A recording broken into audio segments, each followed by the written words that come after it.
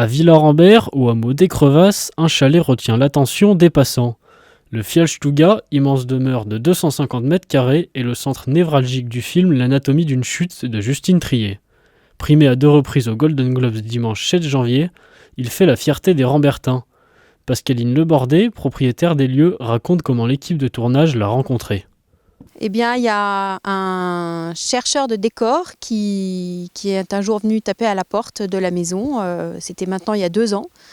En nous disant que notre maison les intéressait pour le tournage d'un film, un long métrage de Justine Triet. Il a été choisi parce qu'au niveau de sa structure, de sa construction, il répondait vraiment aux besoins du film.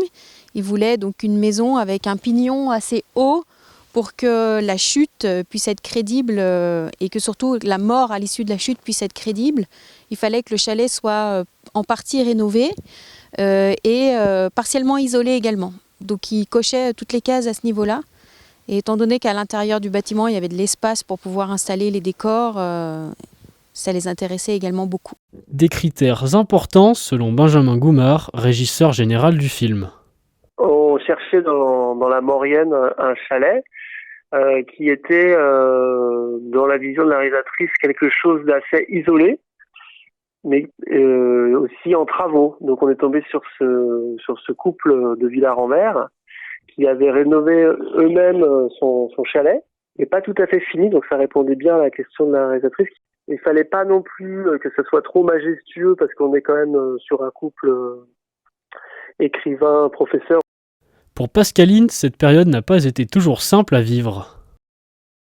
C'est une aventure qui n'est pas anodine pour une famille de 4 personnes et pour une maison. Là, il fallait qu'on parte pendant 2 mois en pleine saison d'hiver, donc c'était un petit peu compliqué de s'organiser un petit peu au dernier moment, puisqu'ils nous ont contactés fin décembre, début janvier pour le tournage qui devait démarrer au mois de février.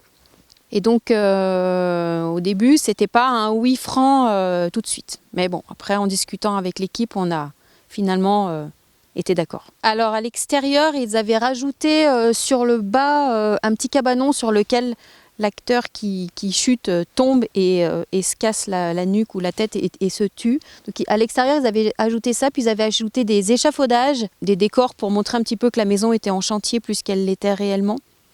Et puis ils avaient ajouté de la neige artificielle également, puisque au moment du tournage, il y avait un peu de neige, mais pas suffisamment pour les besoins du film. Et à l'intérieur, par contre, ils ont installé un décor entier dans la pièce à vivre qui ne ressemble pas du tout à la pièce à vivre que nous avons réellement chez nous.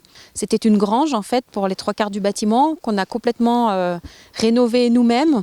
On a fait beaucoup de travaux nous-mêmes dans ce bâtiment et du coup quand ils nous l'ont demandé, la maison était neuve et ça nous stressait un petit peu de devoir laisser la maison à 45 personnes qui tous les jours travaillent dans le bâtiment. C'est pas comme quand il y a des gens qui habitent.